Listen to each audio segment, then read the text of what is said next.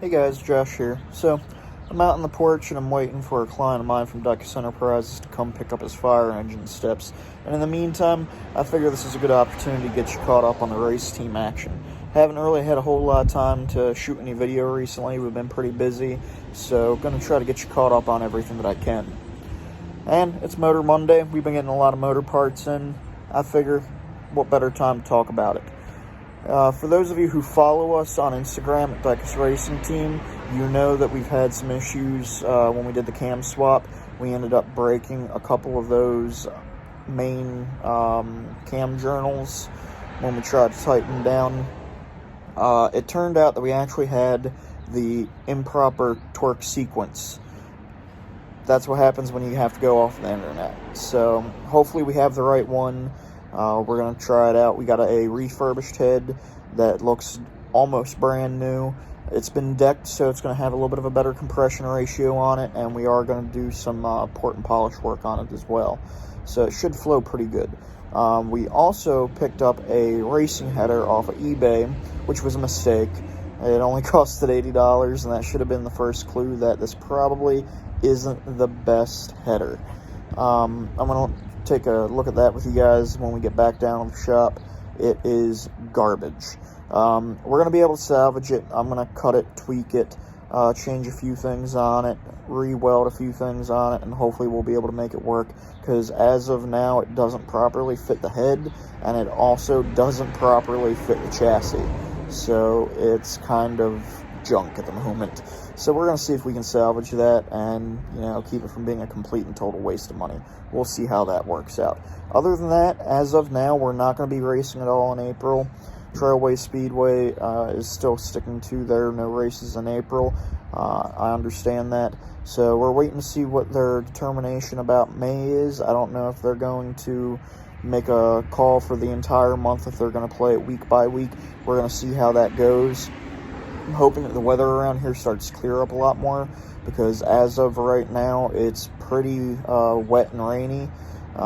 It's kind of cold and windy too, which sucks because we don't have a indoor shop right now to work on the race car. So we're out in between the houses. So on days like today, where we have a lot of welding to do and it's a pretty windy day, there's not a whole lot we can get done. It is what it is, though. We're a little bit behind, but we're getting caught back up on the engine program now that we got all the parts in. So hopefully we'll be able to get back on track with a couple of decent days of weather. Let's take a look down in the shop and see what we got going on.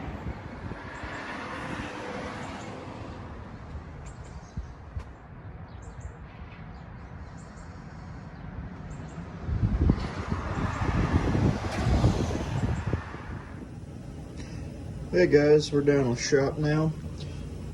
So this is the brand new, or I should say new to me, head that we just picked up. Picked it up off of eBay. It's a refurbished unit, and it is remarkably clean. AD casting, so it's not the best flowing. We're definitely going to do a little bit of port work on it. No doubt about that. That's actually why it's still sitting down here with a stock cam in it. We're getting ready to tear it apart and do some port work to it. We're actually going to flip that up there. We're going to do some port matching on the exhaust side. Open these exhaust ports up quite a bit.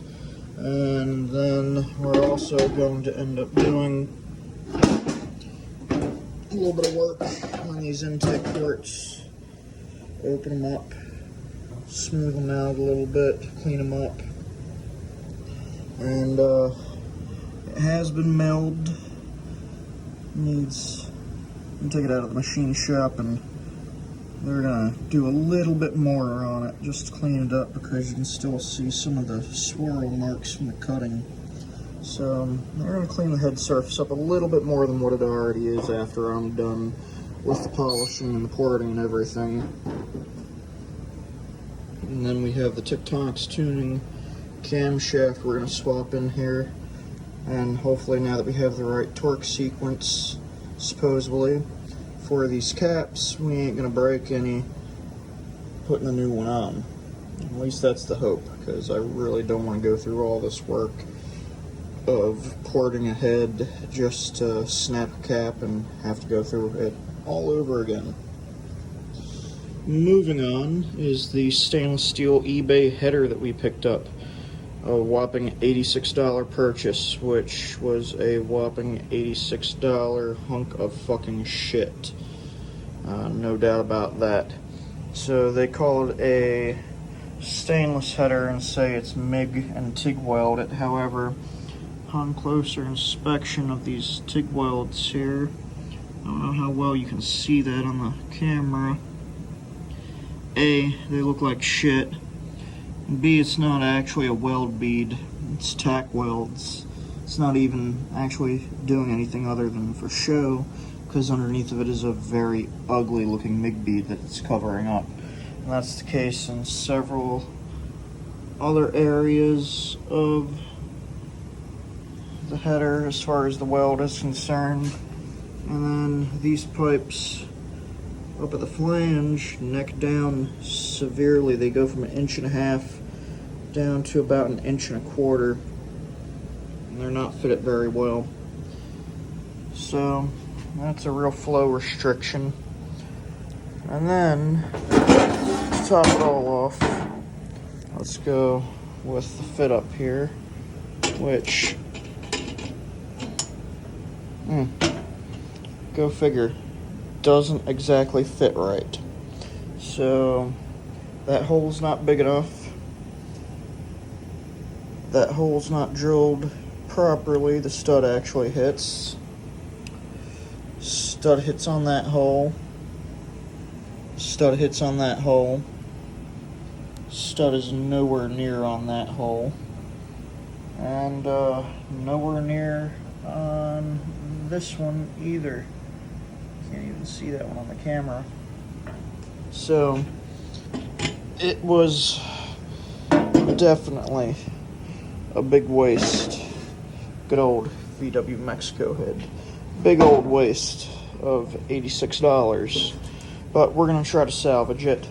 We're going to re-drill the flange. I'm going to cut the welds off the flange, which will be pretty simple, seeing as how a couple of them just have a little tack weld, and the rest are some real nasty looking booger tacks. So they'll be pretty easy to cut off. We'll get those sliced. I'm actually going to cut the pipes back here, right where they're at 1.5 inches. We're going to get those re-welded into the flange, and then we'll see how it fits in the chassis, which right now it kind of looks like it's going to be hitting the steering rack.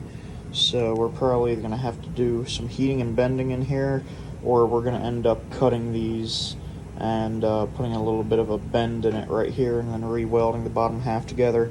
We'll see. It depends on how badly it hits. If it's only hitting a little bit, we'll just heat it up and either put a little indent in it to clear, or we'll heat both tubes and put a little bit of a bend in them. And that way it kind of clears that steering rack. We'll see what ends up happening. That's not going to be until after the head's done and back on the car. And if all goes well, we'll have a pretty exciting exhaust setup. Header not counted.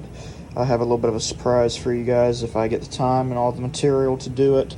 I'm going to have a pretty cool old school NASCAR style, even modern style I should say. It's not really old school, but pretty cool, hopefully a nice sounding exhaust system. We'll see how that goes. So right now that's where we're at, getting ready to start on the head. We're going to lay it out, get all the lines marked down for the port matching on both the intake and the exhaust side, figure out how much porting I'm actually going to do on both sides and how far out we're going to take it, and get started from there. So I'll give you guys some updates as we get along. I'll show you how the porting's going. Go ahead, hop on Instagram for us, send us a follow, and if you guys like what you see, hit the subscribe button. Love to hear from you. See you guys next video.